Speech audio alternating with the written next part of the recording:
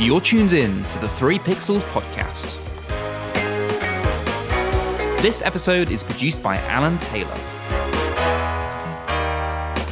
Hello, Ben. Hello. What are we doing? We just saw... what are we doing? I don't know. Oh, say it. No. What are we doing? First impressions. Oh, first impressions, We're doing a yes. first impressions. It's been a little while. That's why I couldn't remember. Exactly. That's how long ago it was. Yeah. We're doing a first impressions of a movie. We are, and not just any movie. What's the movie? Rocketman. No. Rocketman. Oh, come on. Rocketman. There we go. That's what we saw. Cue the trailer. Okay.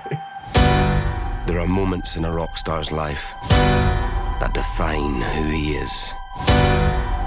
Where there was darkness, there is now you.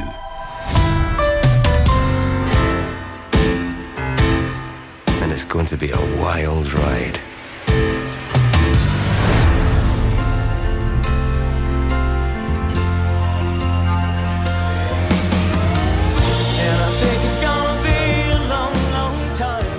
So Rocketman is Dexter Fletcher's biopic of Elton John, as you probably heard from that trailer. Elton John played by Taron Egerton, Richard Madden is in there, Jamie Bell, and Bryce Dallas Howard as the cast of characters that accompany Elton through his life and through his journey. And let's just say, first of all, what a fantastical journey it is. It's full of ups and downs and, you know, lots going on. It's quite a roller coaster of events, I find. A roller coaster of emotions. Yeah. Is it? I did. It got a bit emotional. I felt really sad for it. We'll get to that. So, initial thoughts walking out the cinema, I personally felt really great. I felt really happy. I felt just overjoyed. I think it was a really, really good movie, and I think it had some real high points, real feel-good points. You know, I think, you know, as a movie experience, I think it was really, really enjoyable, and I think, you know, whether you're an Elton John fan or not, I think there's, you know, a real experience to have out of seeing the movie. In context, I'm a fan of his music, obviously, but I wouldn't say I was necessarily like an Elton John the Man fan. No. So this was all new to me as far as the story of his life goes. So speaking of the story, this is framed entirely, you know, as biopics do. You know, they always seem to start from this point of, you know, a broken hero, you know, at a time of crisis, usually before their big concert or their make or break moment. And, you know, I have a lot of problems. I've been very vocal about this in the past. I have a lot of problems with biopics.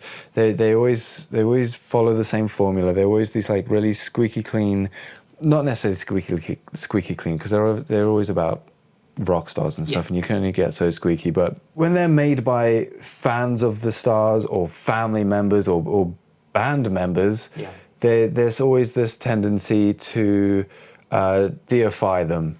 In a way, especially if they've passed away, and what we get are these like characters that have no agency and no accountability for their actions. So they stay clean, and the blame's always placed on someone else.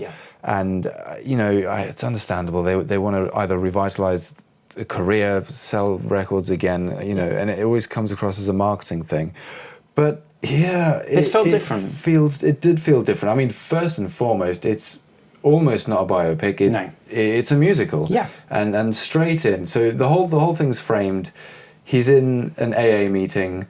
You know, he goes in as an alcoholic, a coke addict, a shopaholic, and everything basically. A broken man. Yeah, and to explain to this AA group, we go back to his childhood, you know, to start to work our way up to this point. But it starts with a great big music number, and it's fantastical and it's surreal, and there's an element of Elton. Yeah, no, basically, it is him. It tries to capture his character in the filmmaking and the storytelling, which I really did appreciate.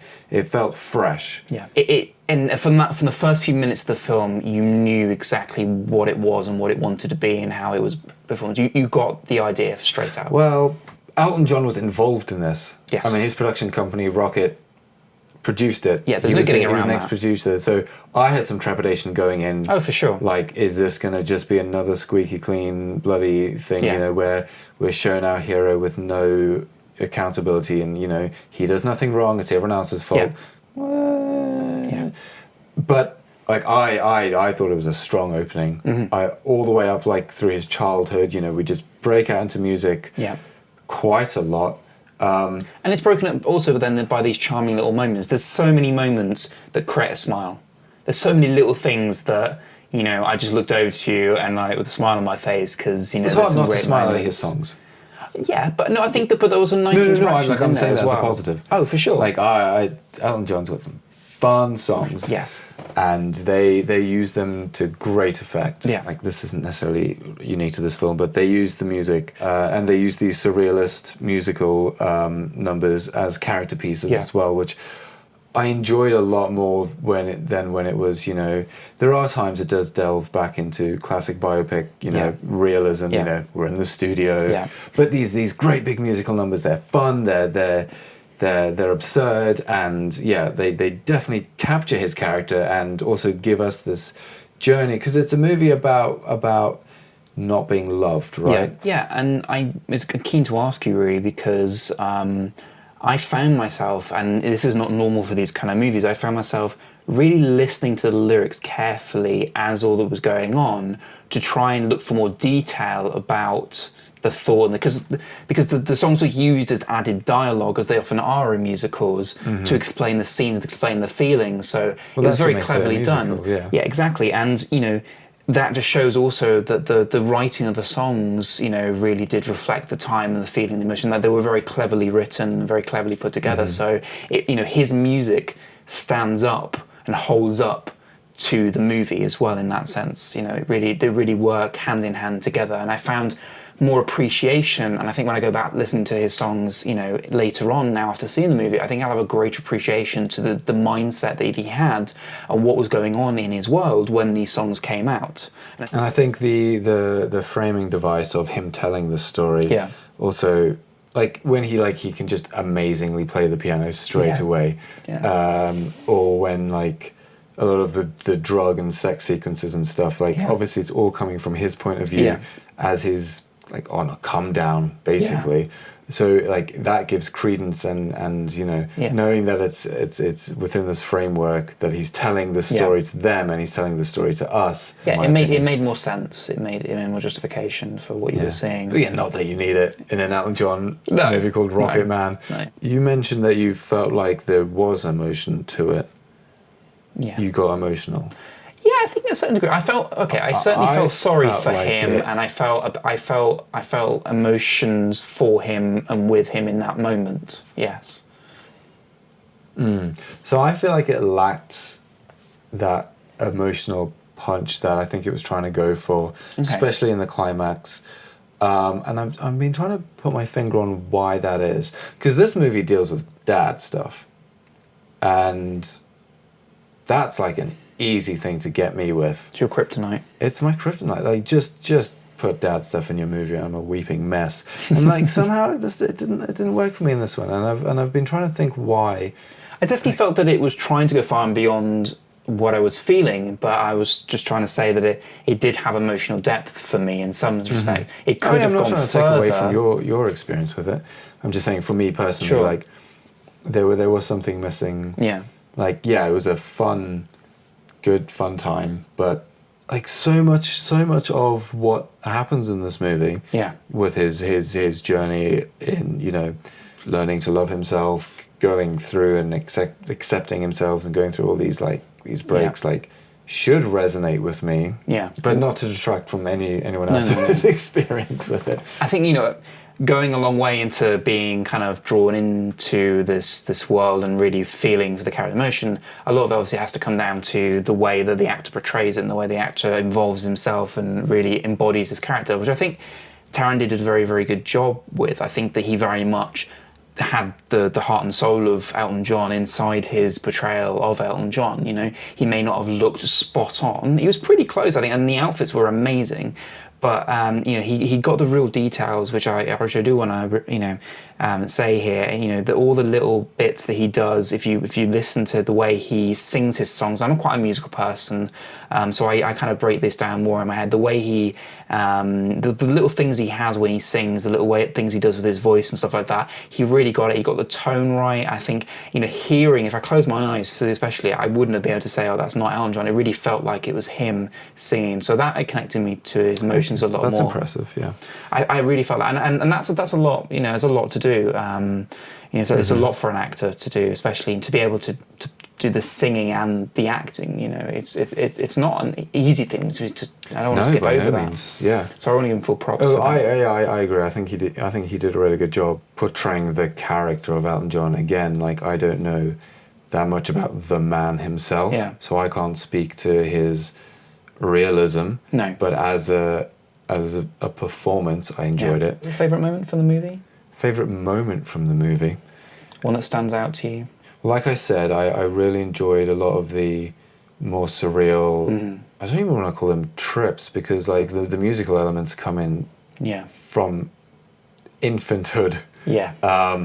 But I did like the later surrealist musical moments. I liked the orgy scene. I liked the pool scene. Do you want to talk about the orgy scene just very quickly, but just want to skim over that too quickly? But do I want to talk about it? Well, I think we should give it a quick mention because I definitely was wondering watching that. How far are they going to go with this? I know that the orgy scene. Well, not really, because I think it was done very like artistically. It was sensual. Yeah. But it was also like there was this, I guess, sensuality to it, but there was also the like cocaine dissonance of it, right? Like he's at this point in his career and in his personal life, he was out of it. Yeah. So like it felt like there was a divide between him and what was going on behind him. Yeah. Or below him, I guess, however. Yeah. Which way it was framed. But it contrasts. He was floating above this sea of sex, right? Yeah.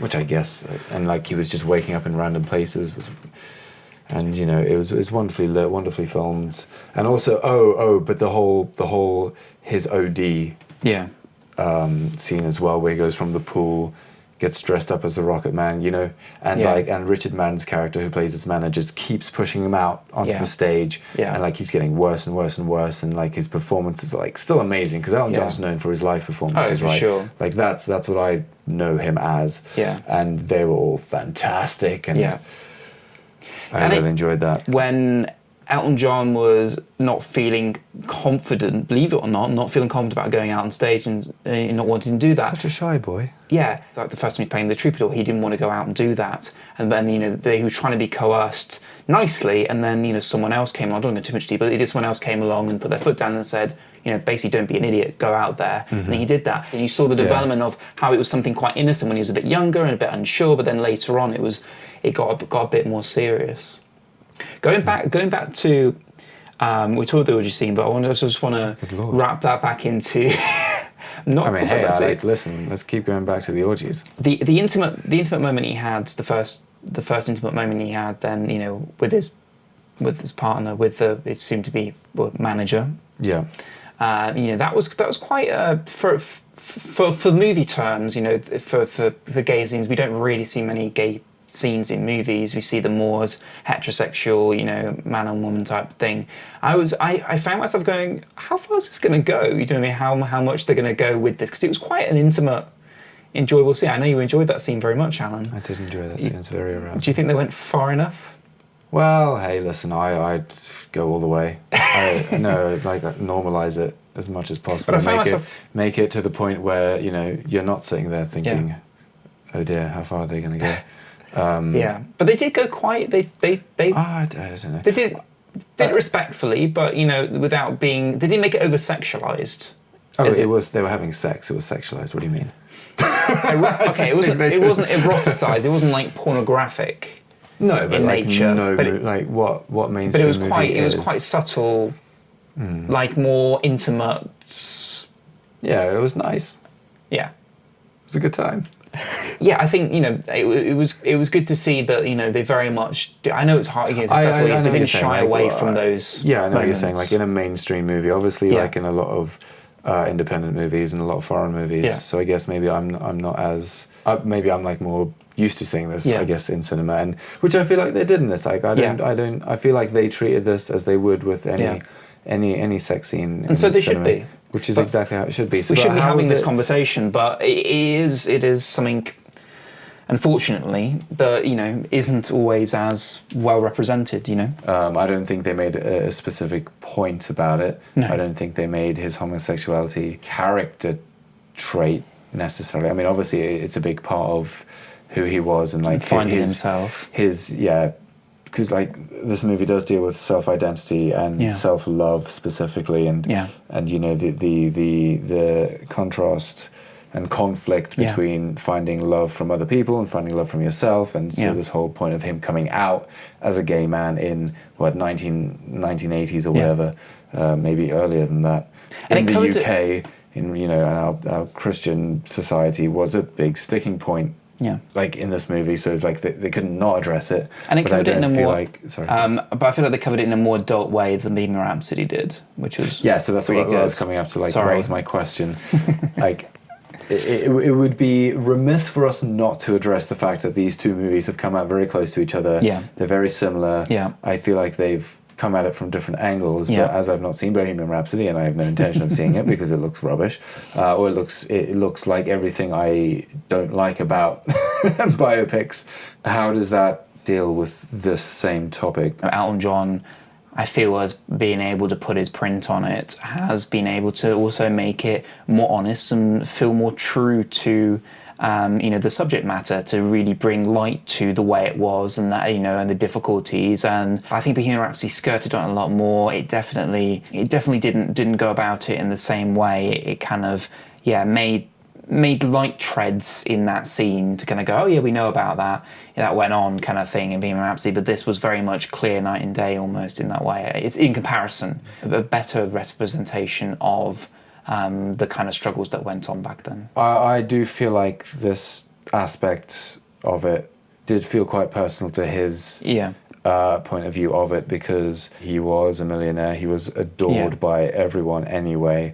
I feel like I don't know if this necessarily covered how it was for everyone. I feel like this owns the fact that this is his story from his point of view, right? Do you know what I mean? But from every aspect. But it was just a bit more true to those facts. Well, I can't speak to, so that's interesting. But like, I can only speak to this movie. But like, he was a human being, right? Yeah. Like, he was a human being first, and then like his sexuality and everything was just part of what made him that human being, as opposed to it being at the forefront of his identity. Yeah. Which I think was well done. Yeah. He was a musician first and foremost. Yeah. And a showman, a performer. Yeah. Absolutely. And the costume department deserves. Yeah, they had a field day, you could tell. Oh yeah. How could you not with an Elton John movie? Yeah. No, I really enjoyed this movie as a whole. I feel like it does fall into some of the trappings of the biopic genre. But I mean, like, how much can you escape that, really? I'm glad it's doing its own take on the biopic genre, which I really appreciate. And I hope this style of biopic filmmaking, where the character is part of the filmmaking itself, as opposed to just the center of the story. Yeah. Because, they've announced, through the success of Bohemian Rhapsody, they've announced so many more. Yeah. And the one that I'm most worried about is the Bowie movie, right? I know that's very close to your heart. Yeah, and I feel like that would be such a great movie to take this style of this surrealist musical, fantasy, and just going all the way with it. Just go crazy. I think Taron Egerton's done a fantastic job. It was not an easy role to come into. He's such a big part of the music genre. People grew up with him, people know and love him. So it wasn't an easy thing to do. He's a very complicated character to give across, but I think he does it in a great way. And, I think everyone out there will have a wonderful time listening to the songs, watching the amazing costumes and performances and everything going on there, while also getting a real insight, especially if you didn't know him or grow up with him, into Elton John's life, a real peek behind the glasses, and just getting in there and really maybe connecting the songs and the music with what was going on in his life. And I think, everyone will come away, I think, knowing something they didn't know about Elton John before going in. I feel like I have a better appreciation and better understanding for not only Elton John as an artist, but his music as well. And also great music. Amazing great music. Soundtrack. I forgot how many great songs he had. Yeah, like they kept coming. I was like, oh, of course, that's an Elton John song as well. Yeah. Like the sing-along genre is big at the minute. So I don't know if that'll fall into that category, but it is still absolutely musical, without a doubt. Yeah. I mean, if I had to put a number on it, I'd probably give it an 8 out of 10. And I will not give a number on it, because you've spent the last 20 minutes to half an hour listening to us talk about it, so you've got a sense of what we thought about it from that. Yeah. Well, I'm giving it 8 out of 10. 8 out of 10, that's fair enough. I'll give it 4 out of 5. Great. No numbers. Okay. Numbers are useless. And also, my opinions will change by tomorrow, no doubt. Or like, I'll hear another Elton John song and think, that movie was great. Or then, Yeah. But go see it. Oh yeah, absolutely. Always go see it. Go see it. It's a good time. And if you're worried about it just being another puff piece for a celebrity, I think it does add more than that. Yeah. I think there is some depth here that a lot of these lack. All right. Well, thank you very much for joining me, Ben. You are more than Hopefully welcome. this is not going to be another 7-month break from the first impressions. Fingers crossed. Fingers crossed. Thank you very much for listening. Thank you for talking. Thank yourself for inviting me. I love you know what? I'm going to give myself a hug. If I've learned anything from this Elton John movie, appreciate yourself. Love yourself. Treat yourself. You've been listening to the 3 Pixels podcast with Alan Taylor, Martin Gregory, and me, Ben Ridley. Music provided by Epidemic Sound. With that, thank you for listening. We'll see you next time. Good night. Rocketman. Da, na, na, na, na, na, da.